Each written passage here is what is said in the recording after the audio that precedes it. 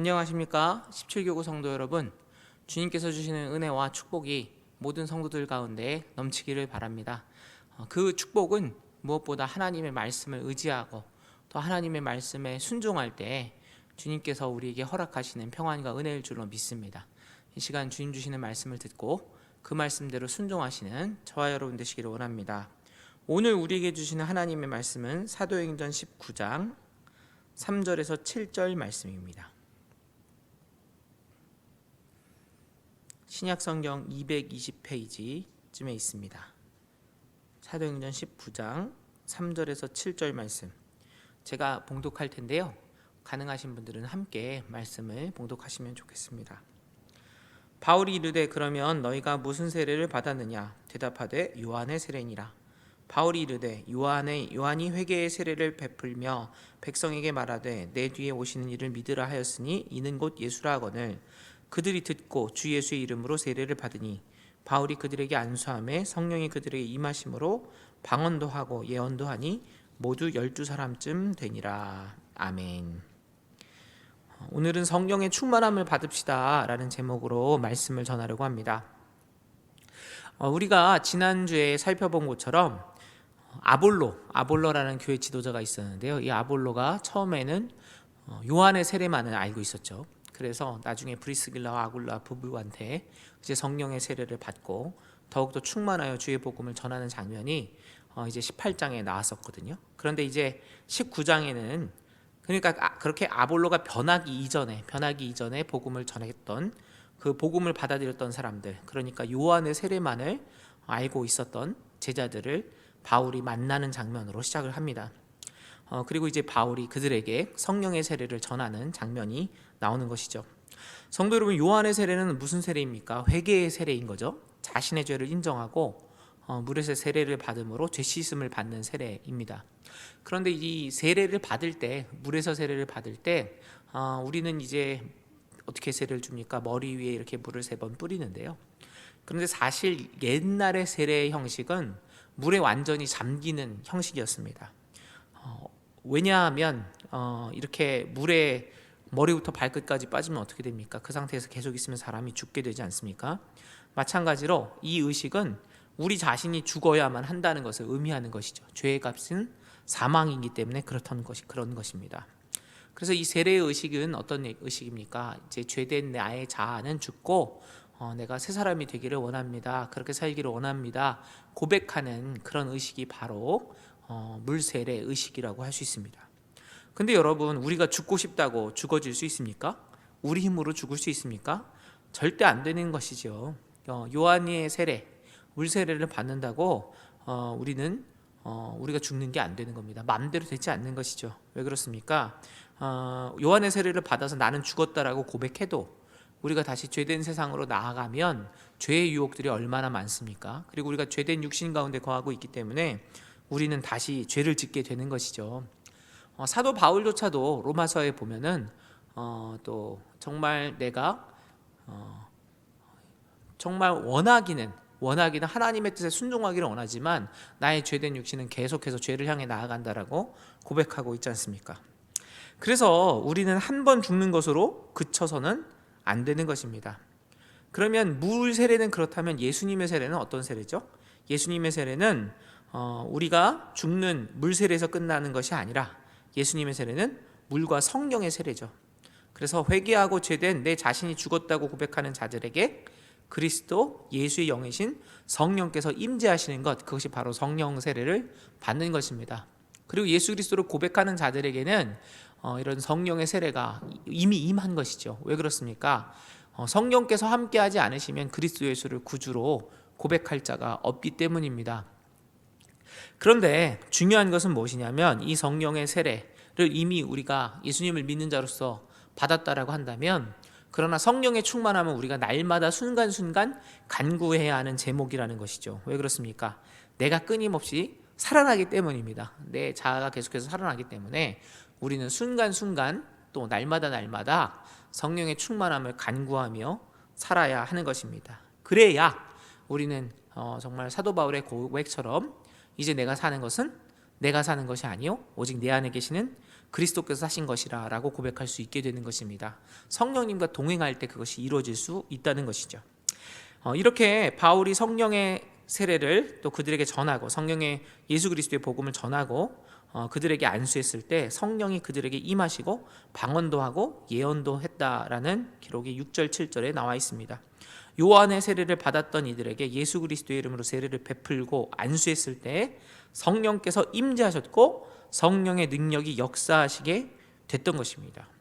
성도 여러분, 우리가 예수님의 이름으로 기도하고 안수할 때 성령이 임하시고 성령의 능력이 나타날 수 있다는 것을 잊지 마시기를 바랍니다. 아무리 지금이 어렵고 힘든 때라고 해도 우리가 잊지 말아야 할 것은요, 그럼에도 하나님은 살아계시고 하나님의 성령은 오늘도 역사하신다는 사실을 잊지 마시기를 바랍니다. 그래서 우리의 기도와 또 우리의 간구 가운데 또 우리가 정말 어렵고 힘든 사람들을 섬기며 나아갈 때 하나님의 능력이 역사하신다라는 것을 저와 여러분이 분명히 믿고 나아가시기를 바랍니다. 이어서 8절부터 10절 말씀에 보면 이제 바울이 두란노 소원에서 날마다 강론하는 장면이 나옵니다. 석 달 동안 먼저는 8절에서 회당에 들어가 석 달 동안 담대히 하나님 나라에 관해서 강론하고 권면하고, 그리고 이제 10절에는 이 두란노 소원에서 날마다 강론하는 것이 2년 동안 계속되었다라고 기록되고 있습니다. 날마다 강론을 2년 동안이나 한 것이죠. 성령님께서 임하셨고 또 그래서 제자들 가운데도 하나님의 능력이 나타나고 그들이 방언하고 예언도 하고 그런 능력이 나타났는데, 사도 바울은 그곳에서 2년 동안 강론을 했다. 성경 말씀, 하나님 말씀을 선포했다는 것이죠. 왜 그렇습니까? 우리의 신앙은 하나님이 주신 말씀 가운데 완전해질 수 있고요, 또 말씀 가운데 균형을 잡을 수 있어야 합니다. 그래서 성령님의 역사 가운데 있을 때 그 성령님의 바른 역사 가운데 또 우리가 동행하며 순종할 수 있어야 되고, 순종하는 그 기준이 되는 것은 말씀인 것이죠. 그래서 사도 바울은 말씀을 그곳에서 2년 동안 이렇게 강론하였던 것이죠. 그리고 이렇게 계속해서 날마다 사도 바울이 강론한 것을 보면서 우리가 알 수 있는 것은 우리는 매일 매순간 하나님의 은혜와 말씀이 필요하다는 것을 알 수 있는 것입니다. 성도 여러분, 우리가 매일매일 밥을 먹지 않습니까? 우리가 매일매일 밥을 먹는 것처럼 우리의 영혼도 하나님의 말씀을 매일매일 묵상하고 먹고 또 그대로 순종해야 하는 것이죠. 우리가 지금 말씀대로 365 운동을 하고 있지 않습니까? 그래서 우리가 말씀을 보고 또 묵상하고 그대로 순종하기 위해서 노력하고 있는데요, 이것이 참으로 맞는 것이죠. 왜 그렇습니까? 우리의 영혼이 날마다 주님의 말씀으로 풍성해지고 또 날마다 체험을 받아야 하기 때문입니다. 그래서 저와 여러분이 한 순간순간 매일매일 하나님의 성령으로 말씀으로 충만해지기를 사모하고 또 그러한 노력들을 또 그러한 또 묵상과 또 순종들을 계속해 나가시기를 바랍니다. 이렇게 사도 바울이 주의 말씀을 전하고 또 성령의 역사하심 가운데 순종하며 나아갔을 때 11절 12절 말씀에 보면 굉장히 놀라운 역사가 일어납니다. 사도행전 19장 11절 12절 말씀, 하나님이 바울의 손으로 놀라운 능력을 행하게 하시니 심지어 사람들이 바울의 몸에서 손수건이나 앞치마를 가져다가 병든 사람에게 얹으면 그 병이 떠나고 악귀도 나가더라. 놀랍지 않습니까? 사도 바울이 직접 전한 것도 아니고요, 사도 바울의 그냥 손수건이나 앞치마로도 놀라운 기적이 일어났다는 것입니다. 성도 여러분, 성령으로 충만할 때 하나님의 능력이 지금도 나타나고 또 귀신들도 두려워 떠는 줄로 믿으시기를 바랍니다. 지금 세상이 많이 발전했다고는 하지만 코로나를 이길 수 없지 않습니까? 또 여러 가지 상황 가운데 또 정말 정신적이고 영적인 문제들이 일어났을 때 세상은 그것을 감당할 힘이 없는 것이지요. 그러나 하나님께서 역사하시면 그 모든 상황들을 또 이겨내게 하시고 또 귀신들을 쫓아내게 하시고 또 주님께서 회복하게 하시는 역사가 오늘도 일어날 수 있음을 믿습니다. 그리고 그렇게 우리가 더욱더 성령 충만하여서 주님께서 원하시는 또 사역들을 감당하시기를 바랍니다. 이러한 능력이 선포되고 또 이러한 또 은혜가 전해졌을 때 또 에베소에 사는 유대인과 헬라인들이 이러한 일을 알고 두려워하고 주 예수의 이름을 높이고 그 가운데서 여러 가지 또 회개의 행동을 하는 것들이 나오죠. 17절부터 나오고 있는데요, 또 그때 이제 18절에 보면 이제 그들이 어떻게 회개하는지가 나옵니다. 18절 보면 믿은 사람들이 많이 와서 자복하여 행한 일을 알리며 또 마술을 행하던 많은 사람이 그 책을 모아가지고 와서 모든 사람 앞에서 불사르니 그 책값을 계산한 즉 은 5만이나 되더라. 이렇게 돼 있거든요. 성도 여러분, 예수님을 믿으면요 회개하게 되고 회개하면 행위를 돌이키게 됩니다. 이것은요 해도 되고 안 해도 되는 것이 아닌 것이죠. 하나님이 우리에게 믿음을 선물로 주시고 우리가 하나님께 돌이키면 우리는 하나님을 향해 걸어가게 됩니다. 그리고 걸어가야 합니다. 이를 위해서 우리는 우리의 행위가 반드시 수반하게 된다는 것을 기억하시기를 바랍니다. 사랑하면 또 믿으면 또 그 가운데 하나님을 사랑하고 믿으면 어떻게 우리의 삶이 안 변할 수 있겠어요? 그래서 우리가 정말 예수 그리스도를 믿으면 우리의 삶이 변화가 돼야 되는 것이고요. 우리의 삶이 변화가 될 때 그것을 세상 사람들이 보고서 하나님이 살아계시구나 라는 것을 알게 될 줄로 믿습니다. 21절에 보면 또 이런 말씀이 나옵니다. 2일 후에 바울이 마게도냐와 아가야를 거쳐 예루살렘으로 가기로 작정하여 이르되 내가 거기 갔다가 후에 로마도 보아야 하리라 하고. 얼마나 놀라운 일들이 일어났습니까? 얼마나 놀라운 기적들이 일어났습니까? 그리고 또 고린도와 에베소에서 바울이 얼마나 큰 영향력을 미칠 수 있었겠습니까? 그런데 사도 바울은 그곳에서 머물지 않고 그곳에서 또 자신의 어떤 교만해지지 않았던 거죠. 그는 교만해지지 않고 그는 계속해서 자신의 사명이 무엇인지를 잊지 않았던 것이죠. 성도 여러분, 어떻게 우리가 계속해서 타락하지 않고 또 계속해서 겸손할 수 있을까요? 그것은 사명을 잊지 않을 때 그렇게 될 줄로 믿습니다. 사도 바울은요 복음 전도자로서 자신의 사명을 한순간도 잊지 않았기 때문에 그는 머물지 않고 계속해서 복음을 전했고 그래서 그는 타락하지 않을 수 있었던 것이죠. 철은 불로 사람은 칭찬으로 연단한다는 말씀이 있습니다. 그 사람이 진짜 하나님 앞에 자신을 낮추는 사람인지 그 사람이 잘되어인지는 정말 그 사람이 잘되어 칭찬을 받을 때 나타난다는 것입니다. 그 사람이 잘 될 때 그 사람이 어떻게 행하는지를 보면 그 사람이 참된 하나님의 사람인지 아닌지를, 그리고 그 사람이 정말 겸손한 사람인지 아닌지를 알 수 있는 것이죠.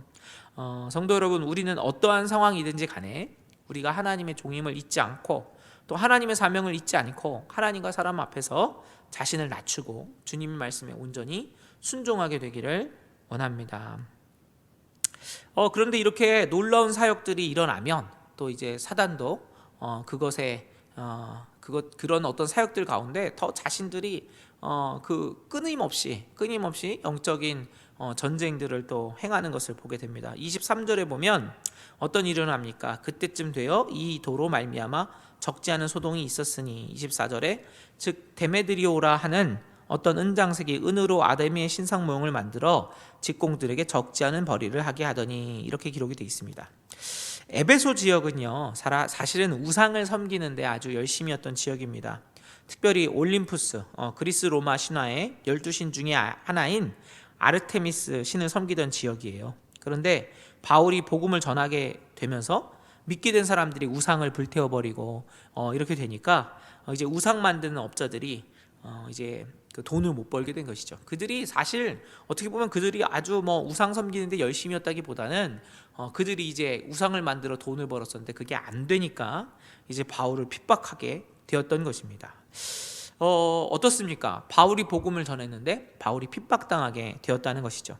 성도 여러분, 우리가 그리스도인으로 살 때 각오해야 될 것이 있습니다. 그것은 무엇이냐면 그리스도인들은 잘해도 욕먹고 못해도 욕먹는다는 것이죠. 그런데 만약에 우리가 못해서 욕먹는다면 그것은 예수님이 욕먹는 그런 일이 됩니다. 그래서 우리는 잘해서 욕먹어야지 못해서 욕먹으면 안 됩니다. 그러면 우리가 잘한다는 것은 무엇입니까? 그것은 그리스도 예수의 뜻에 순종함으로 주님의 복음을 전하고 또 주님의 말씀에 순종하며 또 예수 그리스도의 삶을 살아가야 하는 것이죠. 그렇게 살 때 세상 사람들은 자신들이 그렇게 살지 못하기 때문에 우리를 핍박할 수 있습니다. 그러나 그들이 그러한다 할지라도 그들도 알고 있습니다. 저 사람들이 우리와는 다르다. 저 사람들은 정말 예수님을 믿는 사람이구나 라는 것을 알 수 있다는 것이죠. 우리가 그렇게 살 수 있어야 하겠습니다. 이어서 이 사건들이 쭉 나오고요. 이제 서기장이 나와서 이제 이렇게 데메드리오를 중심으로 하는 사람들이 바울을 핍박할 때 그것을 진정시키기 위해서 하는 말이 이제 35절에 나옵니다. 35절에 보면 서기장이 무리를 진정시키고 이르되 에베소 사람들아 에베소시가 큰 아데미와 제우스에게서 내려온 우상의 신전지기가 된 줄을 누가 알지 못하겠느냐. 물론 이 서기장은요 사실은 이제 바울을 변호하고 그다음에 바울을 살리기 위해서 이런 얘기를 하긴 했지만 이 말은 상당히 잘못된 말이죠. 서기장이 뭐라고 얘기합니까? 에베소시가 아르테미스와 제우스의 신전지기라고 그렇게 얘기를 하고 있는 것이죠. 에베소시가 얼마나 우상에 물든 타락한 도시였는지를 잘 보여주는 이야기라고 할 수 있겠습니다. 사실 이 시대도 그렇죠. 이 시대도 하나님이 아닌 돈과 쾌락을 섬기는 시대 아닙니까? 그러나 성도 여러분, 우리는 분명히 알아야 합니다. 에베소도 그렇고요, 서울도 그렇고요, 이 세상의 어느 도시도 그렇고요, 어떤 도시의 진짜 주인은 누구입니까? 결국에는 하나님께서 그 모든 것의 주인이라는 사실을 잊지 말아야 하겠습니다.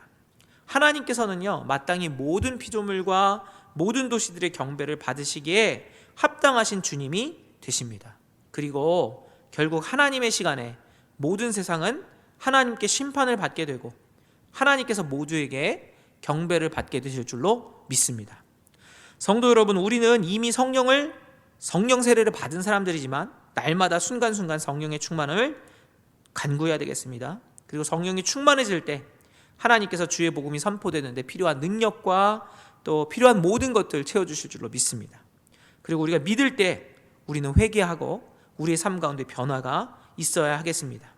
우리의 삶 가운데 핍박이 있더라도 우리는 그 핍박에 굴복하지 않고 또 하나님 말씀을 의지함으로 나아가야겠습니다. 왜 그렇습니까? 우리는 그리스도인들이고 하나님의 군대이기 때문입니다. 성도 여러분, 비록 우리가 여러 가지 어려운 상황 가운데 있지만 그러나 우리와 함께 하시는 하나님으로 인해 결국에 하나님께서 승리를 허락하실 줄로 믿습니다. 그 사실을 믿고 오늘도 승리하시는 저와 여러분 되시기를 원합니다. 기도하겠습니다. 사랑의 하나님, 오늘도 우리와 함께 하시니 감사합니다. 아버지, 우리의 힘으로는 아무리 우리가 내 자신의 죄를 죽이고 또 선하게 살려고 할지라도 그렇게 살 수 없음을 고백합니다. 그러나 성령 하나님께서 우리 가운데 함께 하실 때 그 말씀에 순종하며 나아갈 때 나는 드러나지 않고 오직 주님이 드러나시는 그러한 삶을 우리가 살아가게 될 줄로 믿습니다. 우리가 날마다 성령님과 동행함으로 말미암아 예수 그리스도를 닮아가게 하여 주시고 또 그로 인해 우리의 말과 행동을 통해 주님의 사랑과 은혜가 전해지게 하여 주시옵소서. 아버지, 우리가 세상에 예수 그리스도의 빛과 소금으로서의 사명을 감당하기를 원합니다. 아무리 어렵고 힘든 때라 할지라도 우리가 더욱더 그럴수록 성령님으로 충만하여서 주님의 사랑과 은혜를 전하게 하여 주시고 그래서 주님 홀로 영광받아 주시옵소서. 아버지, 17교구 성도의 여러분 한 분 한 분 주님께서 지키시기를 바랍니다. 이 명절 가운데 주님께서 지켜주시고 또 가족들과 함께하는 그 시간 가운데 주님의 사랑을 전하는 한 분 한 분이 되도록 도와주시옵소서. 어렵고 힘든 때에 또 더욱더 외롭고 힘든 성도님들이 계십니다. 주님께서 한 분 한 분 위로하여 주시고 주님께서 주시는 놀라운 은혜와 축복으로 함께하여 주시옵소서. 주님 함께하심에 감사를 드리오며 모든 말씀 예수님 이름으로 기도드립니다. 아멘.